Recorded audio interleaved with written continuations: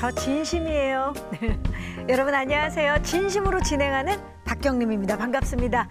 자, 어느새 한 해 끝자락입니다.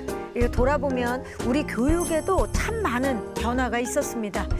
그런데요, 그 모든 변화의 중심에는 늘 사람, 그리고 변하지 않는 진심이 있었죠.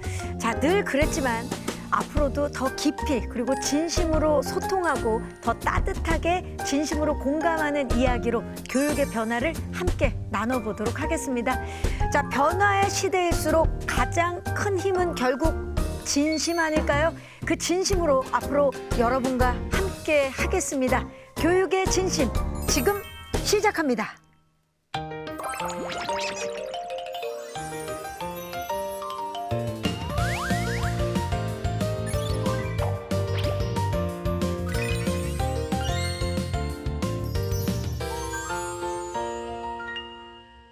자, 이분의 이름부터가 이미 예고편입니다. 깜짝 놀랐어요. 교진, 교육의 진심, 교육의 현장을 누구보다 잘 알고 그리고 아이들의 내일을 진심으로 고민하는 분, 최교진 교육부 장관님을 모시겠습니다. 장관님 안녕하세요. 네, 안녕하세요. 반갑습니다. 네, 반갑습니다. 네.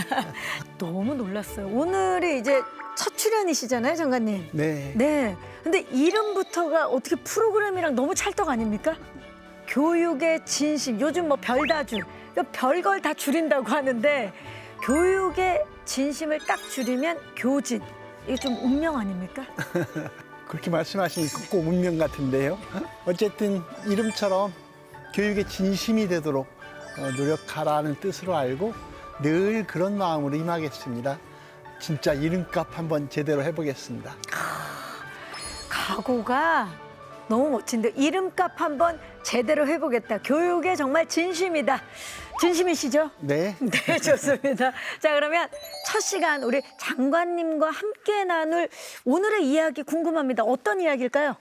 네, 오늘의 주제는 AI 디지털 시대, 미래 인재를 어떻게 키워갈 것인가 하는 문제입니다. 이제 인공지능은 모든 산업의 기본이 됐고 또 그 중심에는 결국 사람, 즉 인재가 있지 않겠습니까? 우리 정부의 국정과제도 AI 디지털 시대의 미래 인재 양성이고요. 우리 교육부는 초등학교부터 대학 그리고 평생교육까지 AI를 이해하고 함께 활용할 수 있는 교육 체계를 준비하고 있습니다. 현재 가장 똑똑한 학생은 누구일까요? 과제를 하나 내보겠습니다.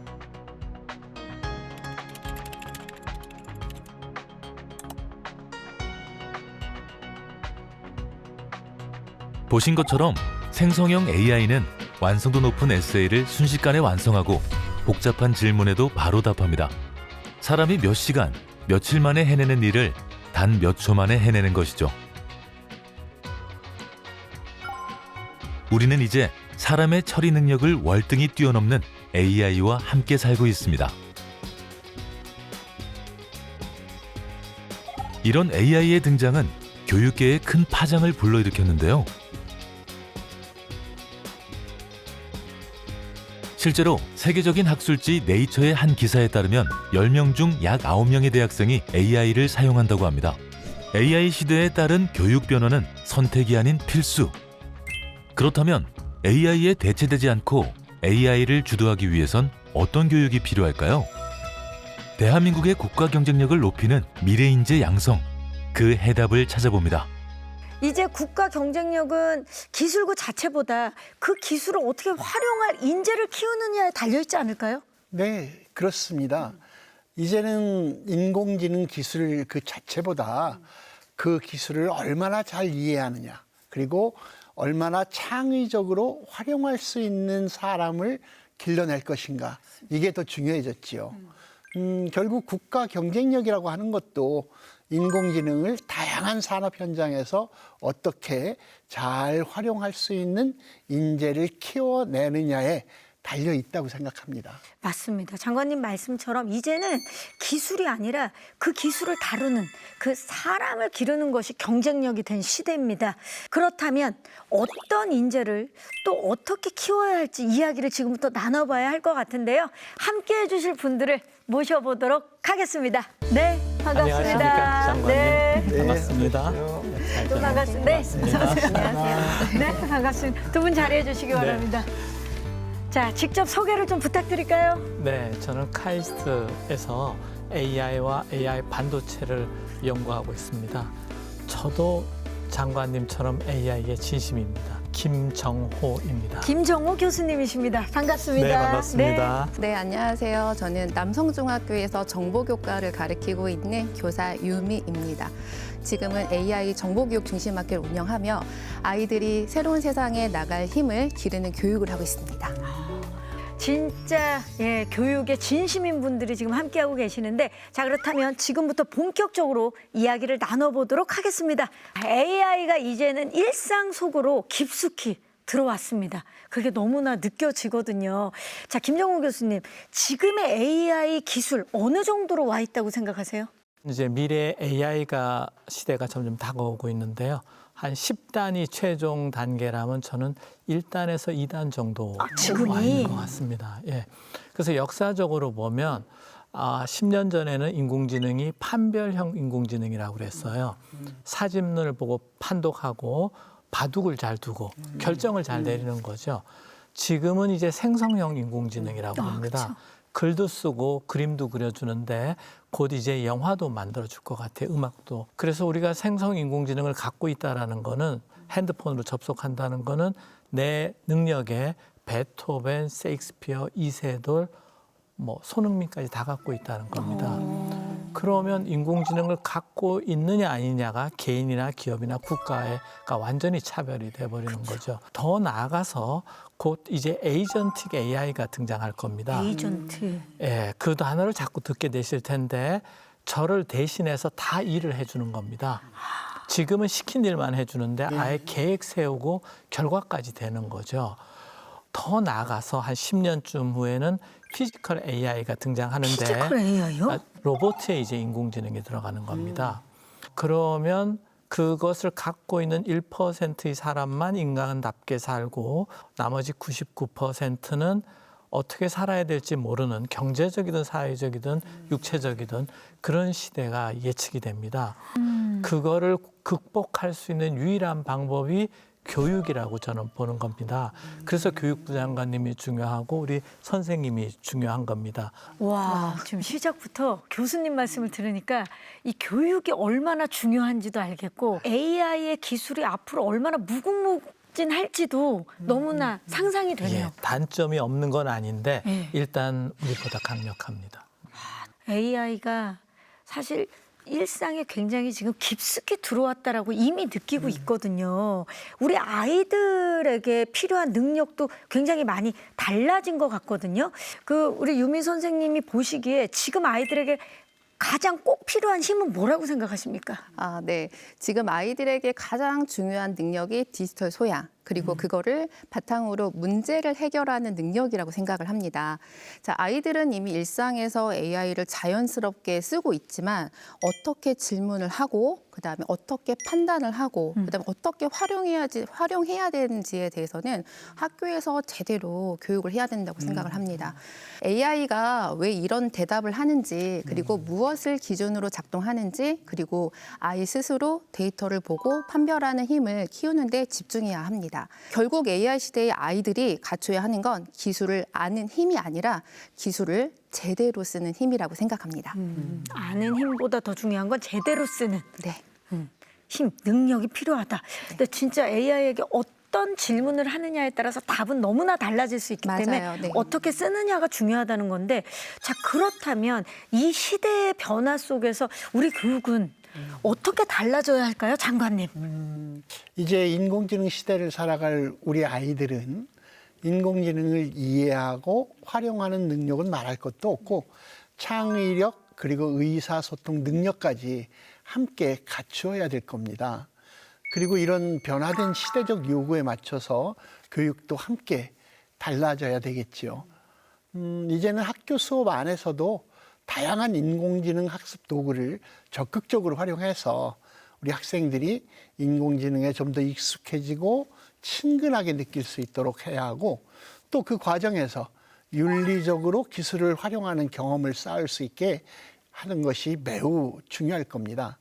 아울러 교육을 통해서 학생들이 비판적으로 사고하고 또 스스로 질문하면서 다른 사람들과 소통하고 협력하는 과정에서 문제를 해결해 나가는 그런 경험이 충분히 학생들에게 제공되어야 한다고 생각합니다. 진짜 말씀처럼 이 교육도 새로운 방향으로 가고 있습니다. 네. 예, 시대가 바뀌면서 교육도 계속 바뀌어가고 있는데 AI 기술을 활용하면서도 말씀하신 것처럼 이 학생들의 인간다움, 그 인간다움을 잃지 않도록 지금 굉장히 노력들을 하실 텐데 네. 균형을 맞추기 위해서 수업에서 어떤 부분을 지켜나가고 계시는지 궁금해요. 네, AI를 활용한 수업의 핵심은 기술이 아니라 사람이라고 생각합니다.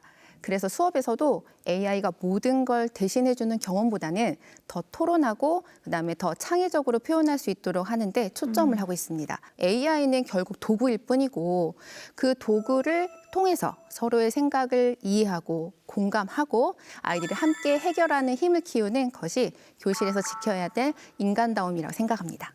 네, 사실 제가 학교 다녔던 그 학창 시절에서는 상상하기 힘든 예. 저보다 더 하시죠, 장관님? 네. 상상하기 힘든 이제 교육 풍경이 지금 이제 펼쳐지고 있는데 그렇다면 과연 요즘 교실의 풍경은 어떤 모습일지 저희가 영상으로 준비해봤거든요. 화면으로 만나보시죠. 안녕하세요. 저는 남성중학교 1학년 일반 서지환입니다. 저희랑 같이 정보 수업을 들으러 가봅시다. AI를 활용한 정보 수업을 모두에게 소개하고 싶다는 지원 학생. 한번 따라가 볼까요? 네, 소프트 스쿨에 28명이 다 돌아야 됩니다. 오늘 인공지능 데이터에 대한 수업을 할 건데, 자, 선생님이 인공지능 데이터를 체험을 시켜드릴 거예요. 오케이 구글, 블라인드 70% 올려줘.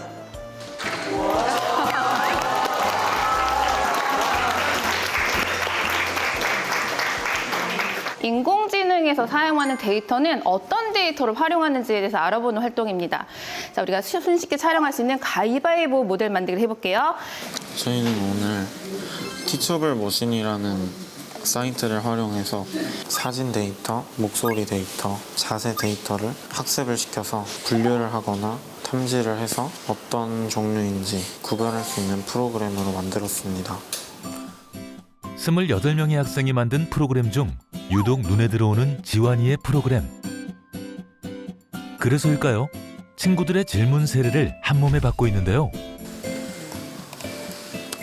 원래 지환이가 되게 잘 물어보는 편이에요? 네, 지환이가 잘 가르쳐주기도 하고 AI 이런 거 좋아해가지고 옆에 있으면 되게 든든한 것 같아요. 지환이는 친구고 편해가지고 많이 물어보는 편입니다. 네, 지환이는 사실 수학을 굉장히 잘한다고 들었습니다. 사실 데리고 오기가 너무 힘들었는데요. 아이가 사실 정보에는 관심을 툭히 보이진 않았는데 사실 수업을 진행해보니까 너무 잘하는 거예요. 그래서 제가 한 3달? 엄청 제가 같이 하자고 하면서 이제 시작을 했는데 실제 동아리 활동이나 수업을 진행해 보니까 생각과 다르게 너무나 수학뿐만이 아니고 정보를 잘하더라고요. 그렇게 완성된 AI 우등생 지환이의 프로그램. 가위바위보 자세를 분류할 수 있는 모델을 직접 만들었는데요. 저는 16명 친구의 평가를 받았고 평균 점수는 4.1점이 나왔습니다. AI 수업은 지환이뿐 아니라 다른 학생에게도 특별하다고 합니다. 그 AI가 주먹 가위보를 학습하여 제가 주먹 가위보 중에 한 개를 냈을 때 AI가 맞추는 게 신기하고 놀랐습니다. AI에게 색깔을 입력시켜서 각종 색깔들에 섞였을 때 나타나는 색이나 각종 번짐 등을 판별시키는 AI를 만들어 보고 싶어요.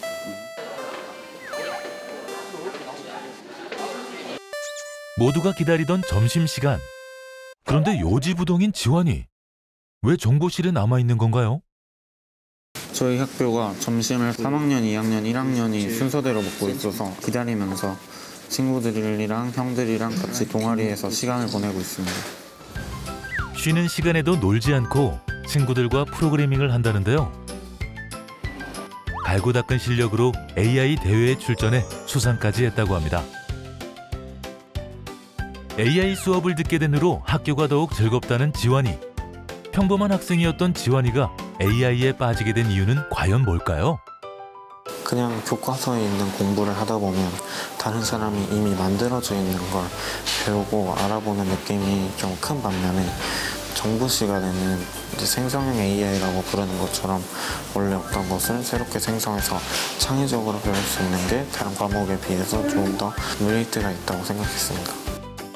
이번에 정부 동아리 활동을 하게 되면서 AI를 활용해서 여러 과목들과 접목해서 새로운 프로그램을 만들 수 있게 정보학과 선생님이나 아니면 프로그래밍을 활용한 다양한 선생님이 되는 것이 꿈이 됐습니다.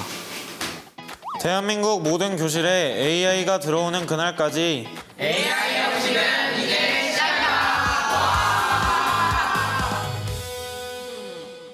보니까 아이들이 정말 즐겁게 배우고 있네요. 네. 예, 표정도 굉장히 밝고 친구들과 함께 배우면서 굉장히 더 창의적으로 성장하는 느낌인데 우리 장관님 지금 현장을 보셨는데 어떠셨어요? 굉장히 살아있는 교실 느낌이 들었고 수업을 진행하시는 우리 선생님이 정말 열정적으로 하시는구나. 그리고 아이들하고 완전히 하나가 돼서 진행하는 수업을 본 느낌입니다. 근데 이제 아까 그 화면을 보니까 청소년들이 굉장히 적극적이고 밝더라고요. 그쵸. 우리 교육의 모습이 아닌가 싶습니다. 아마 그 현장에 매일매일 아이들과 함께 하시다 보니까 이런 변화를 그 교육의 직접적인 변화를 가장 잘 느끼실 텐데 어떠세요? 요즘 많이 느끼시나요? 아이들한테 사실 이렇게 새로운 기술을 좀 전달할 때마다 아이들이 신기해하면서도 사실 그게 어떻게 됐는지를 알고 싶어하고 이걸 통해서 내가 무엇을 해야 되는지에 대해서 깨닫게 하는 수업을 좀 많이 연구하고 준비하고 있거든요. 네. 그러다 보니까 우리 아이들이 주인공인 그런 수업을 설계하고 있습니다. 또 그만큼 중요한 게 어떤 기준으로 써야 하는지도 네. 중요한 것 같습니다. 자, 우리 선생님한테 좀 여쭤볼게요. 현장에서 학생들에게 이런 AI의 윤리나 책임감 있는 사용을 어떻게 가르치고 계시는지 궁금해요. 아이들은 그냥 활용을 하고서 그냥 나 다 했어, 다 이해했어 이렇게 하거든요. 그래서 자, 그럼 이거는 어떤 원리로 하는 건지, 그다음에 너희가 만든 인공지능이 결국에 다른 사람이 사용할 건데 그 사람들한테 어떤 영향을 줄 것인지에 대해서 한번 생각해 볼래?라고 해서 자연스럽게 질문을 좀 하면서 디지털 윤리 교육을 좀 하고 있습니다. 근데 사실 이거는 어떤 교과 하나로 만들어서 해야 되는 교육은 아니라고 생각하고요. 모든 수업에서 언제든지 할 수 있는 교육이어야 된다고 생각을 합니다. 모든 수업에서. 자, AI를 다루는 기술도 중요하지만 그걸 또 이해하고 스스로 판단할 수 있는 그 AI 문해력이 굉장히 중요해지고 네. 있다는 생각이 듭니다. 교수님께서는 뭐 인문학이나 문해력 교육이 이 AI 시대 학생들에게 왜 더 중요해졌다고 생각을 하십니까? 저희가 계산을 실제로 하지 않습니다. 뭐 상품을 사거나 덧셈 뺄셈 요즘 안 하죠. 그렇지만 우리가 덧셈 뺄셈 원리를 학교에서 배웠기 때문에 자유롭게 사용하는 거 아니겠습니까?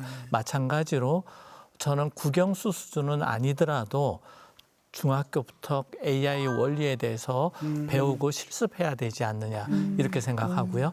대학교도 가능하면 전과 학과가 필수로 배워야 된다고 생각을 하고 있습니다.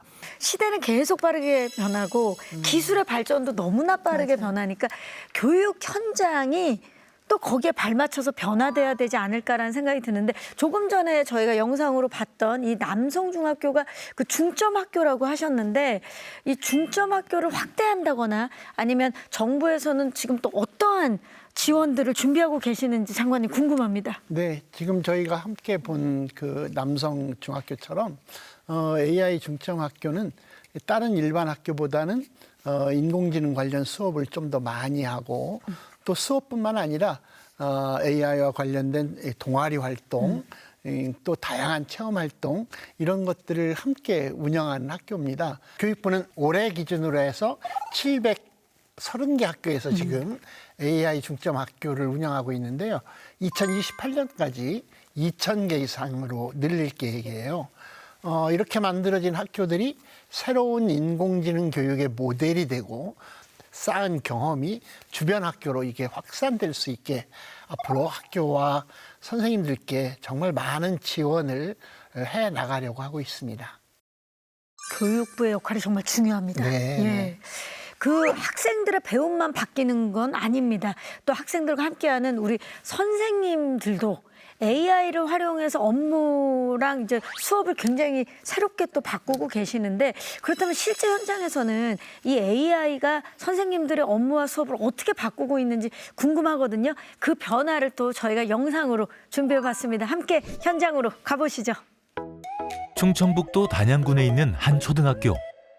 이곳에 디지털 시대에 발맞춘 MZ 선생님이 있다고 하는데요.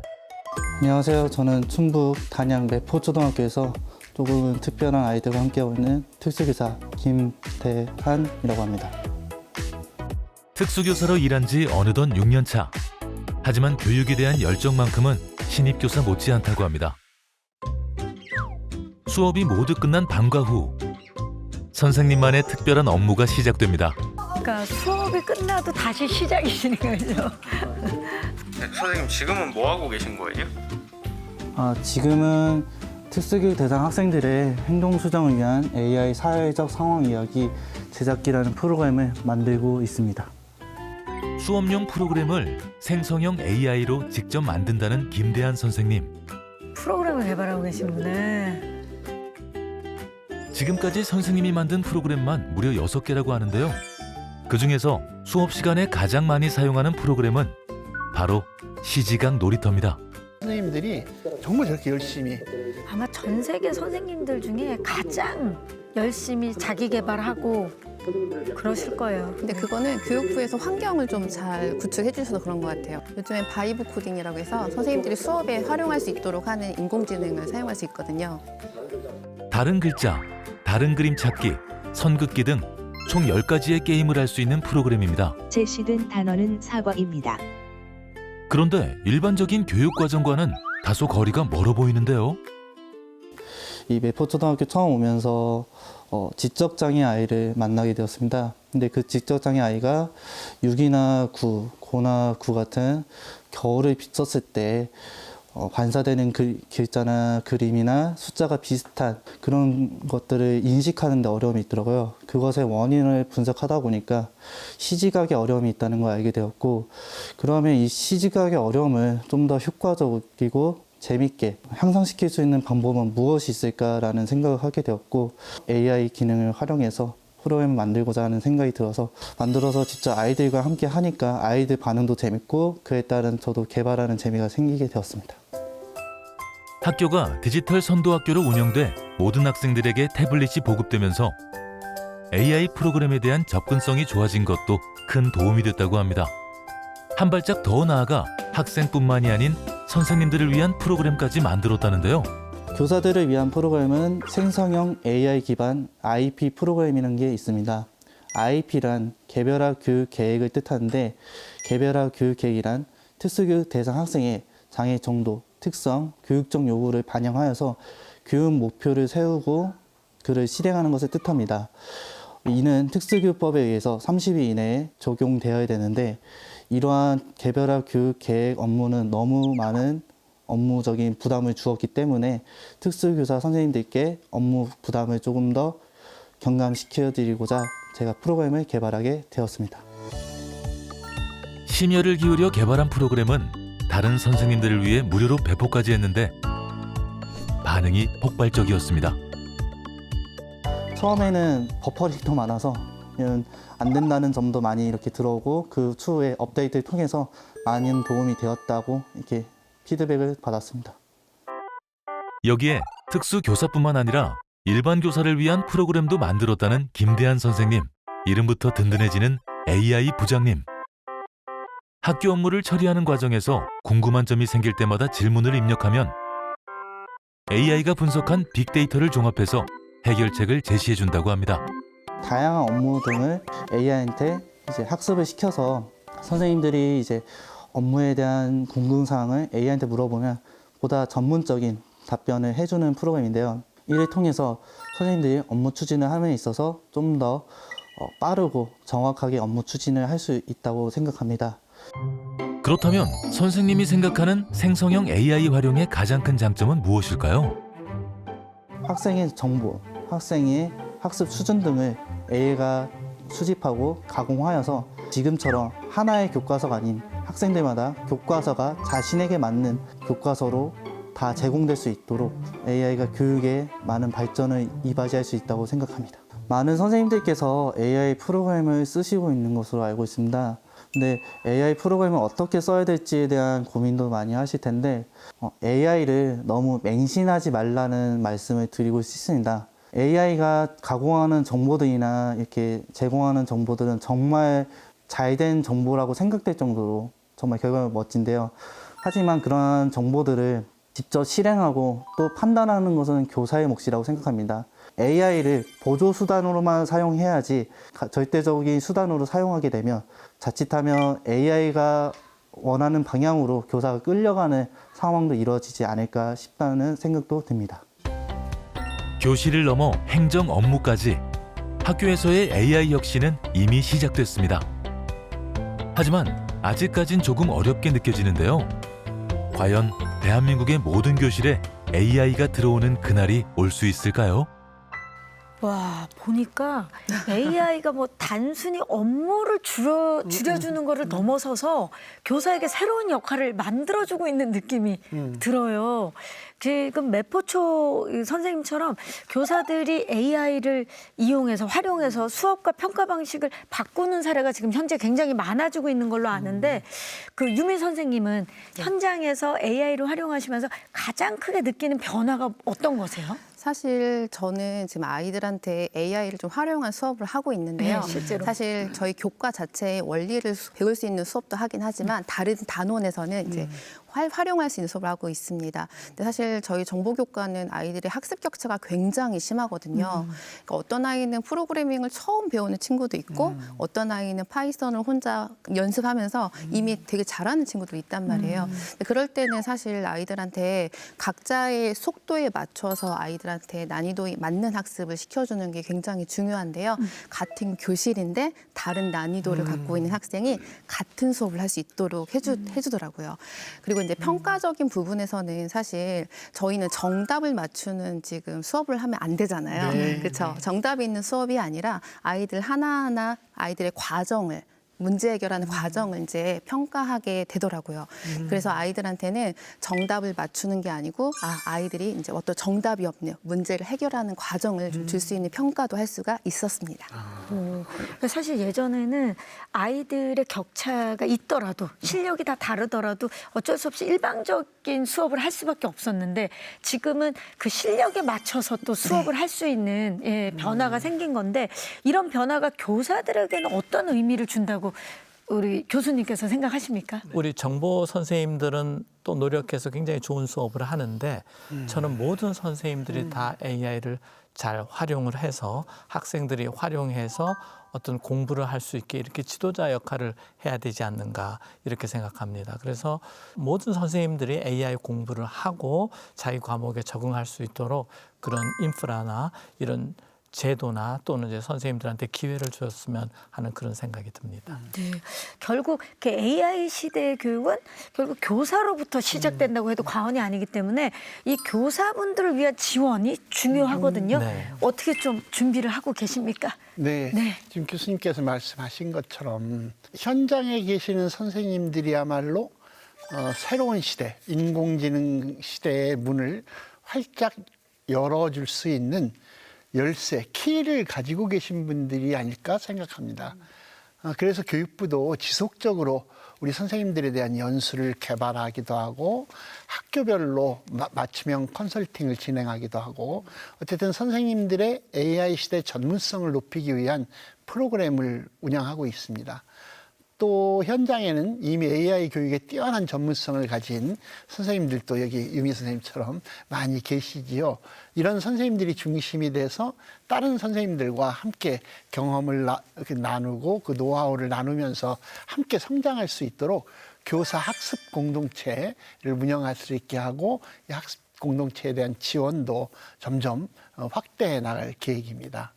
자, 이 AI를 학교 이제 현장에서 잘 활용하려면 이제 교사와 학생 모두가 기술을 이해하고 또 활용하는 힘이 필요하잖아요. 그렇기 때문에 또 교육의 힘이 또 필요한 건데 이 AI 시대의 학교는 어떤 방식으로 그 생태계를 만들어가야 한다고 생각하십니까? 네, 저는 이제 경제적인 산업적인 생태계로 보면 교실에만 있지 않고 정부 산업 경제계가 같이 할 수 있는 아주 독특한 분야가 아닌가 싶어요. 지금 전 세계가 AI 패권 시대에 들어가 있거든요. 미국과 중국이 강력하게 경쟁하고 있는데 우리도 우리만의 독특한 AI를 가져야 되지 않을까 생각하는데 그중에 하나가 교육 AI가 아닌가 이렇게 생각해서 생태계를 학교 안뿐만 아니라 바깥까지 확대해서 경제가 돌게까지 하면 저절로 막 돌아가지 않을까. 새로운 교육 프로그램 AI가 막 튀어나오지 않을까. 근데 이제 그게 선생님을 대체하는 게 아니라 선생님과 학생을 도와주는 도구로서 성장하는 도구로서 활용하게 하자. 이런 게 제가 드리는 제안입니다. 결국 상생할 수 있는 방법을 말씀해 주신 건데 그런 의미에서 이 현장의 역할이 또 굉장히 중요할 것 같습니다. 우리 유미 선생님은 교실에서 직접 또 아이들과 수업을 AI 수업을 하고 계시잖아요. AI를 통해서 모두가 함께 배우는 교실 어떻게 만들어가고 계세요, 현재?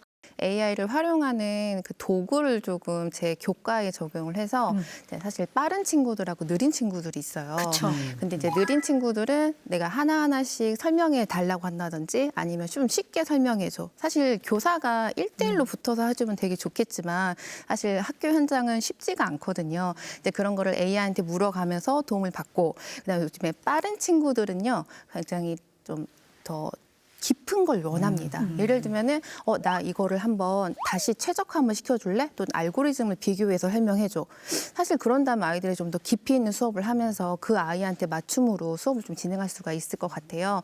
그래서 이런 AI가 학습 격차를 많이 줄여주는 게 실제 학교 현장에서 느끼고 있고 교사 입장에선 정말 하나의 교실에서 아이들이 가장 자기의 학습의 수준에 맞게 함께 성장할 수 있는 교실이 될 수 있는 것 같습니다. 네.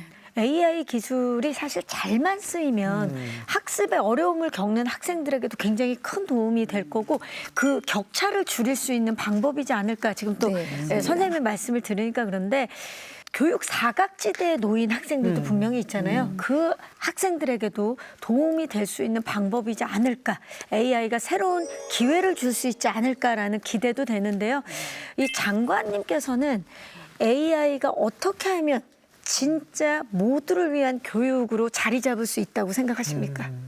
어쨌든 인공지능 기술이 이 교육과 만나면 학생 한 명 한 명의 수준과 특성을 반영한 그런 맞춤형 교육이 가능해진다는 거 아니겠어요? 그렇죠. 특히 학습 속도가 좀 느린 학생이나 신체적으로 좀 불편한 학생, 또 우리 말이나 우리 문화에 익숙하지 않은 이주 배경 학생, 이런 학생들처럼 그동안 교육의 사각지대에 있던 아이들에게 AI를 활용한 교육이 큰 힘이 될 수 있다고 생각합니다.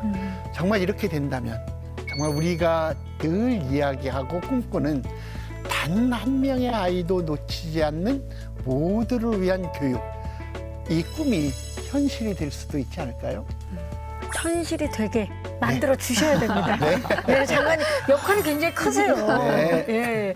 결국 이런 변화를 실제로 만들어가는 건 그 교육 현장의 선생님들이다. 라는 생각이 듭니다. 유미 선생님, 앞으로도 우리 아이들 잘 부탁드리겠습니다. 네. 아이들이 미래에 성장할 수 있도록 하는 그리고 미래의 그 준비를 할 수 있도록 하는 그런 교육을 열심히 하도록 하겠습니다. 네, 오늘 함께 해주셔서 진심으로 고맙습니다. 네, 이렇게 함께 현장의 이야기를 전해줄 수 있도록 초대해 주셔서 너무 감사합니다. 결국 AI의 목표도 사람을 향하고 있죠. 아이 한 명 한 명의 이 가능성을 놓치지 않고 모두가 함께 배우는 세상. 그게 바로 우리 교육의 진짜 힘, 그리고 우리가 지켜가야 할 교육의 진심이 아닐까요?